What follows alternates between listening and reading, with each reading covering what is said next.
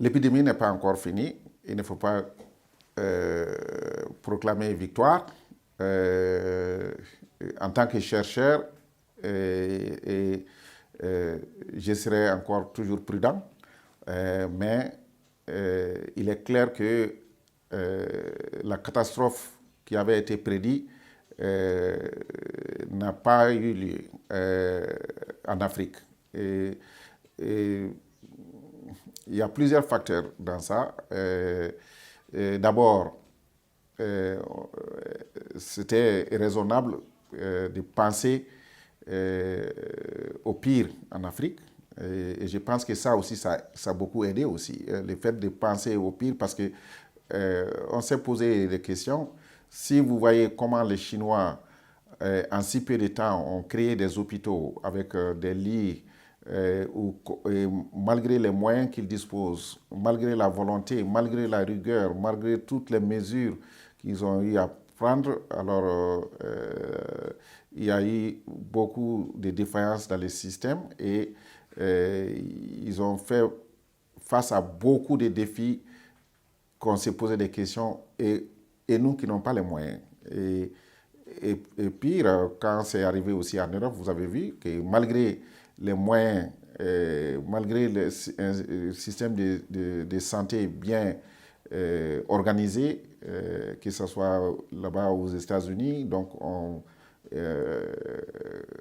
quant à l'Afrique, avec les moyens, les ressources très limitées, et même pour les mesures de prévention, on savait très bien aussi qu'on ferait face à beaucoup de difficultés d'appliquer les mesures barrières qui ont été appliquées de façon draconienne, par exemple en Chine, et que nous aurons beaucoup de difficultés compte tenu de notre contexte social et économique pour pouvoir limiter les regroupements, pour pouvoir respecter les mesures barrières.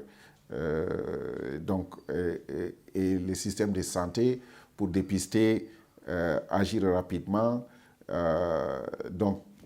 C'était tout à fait normal de penser au pire, basé sur l'expérience des autres continents. Bon, Dieu merci et heureusement, ceci n'a pas eu lieu. Mais de l'autre côté aussi, quand nous voyons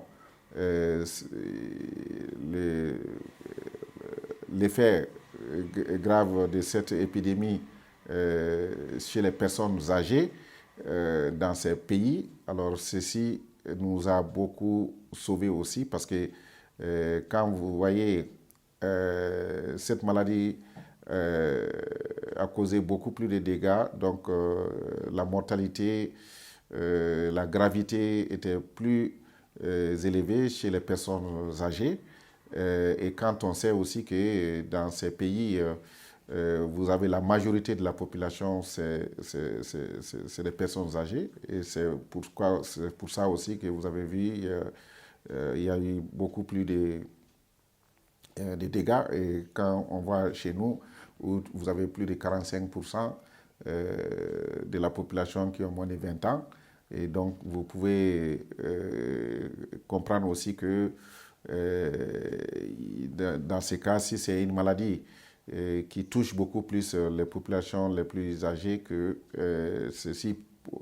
notre population jeune a contribué aussi à nous protéger contre les dangers de cette maladie.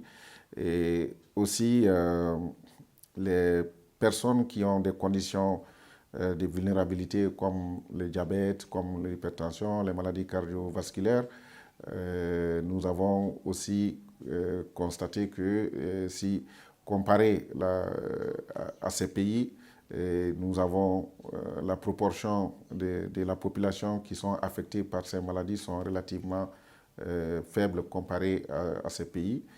Et d'autres questions de recherche sur lesquelles aussi nous penchons beaucoup aussi, c'est le fait que peut-être que nous avons bénéficié aussi d'immunité croisée, du fait aussi que nous avons peut-être été exposés à des pathogènes similaires à Corona ou des pathogènes qui ont stimulé une réponse immunitaire qui nous a facilité de nous adapter, d'adapter notre réponse immunitaire rapidement au Covid.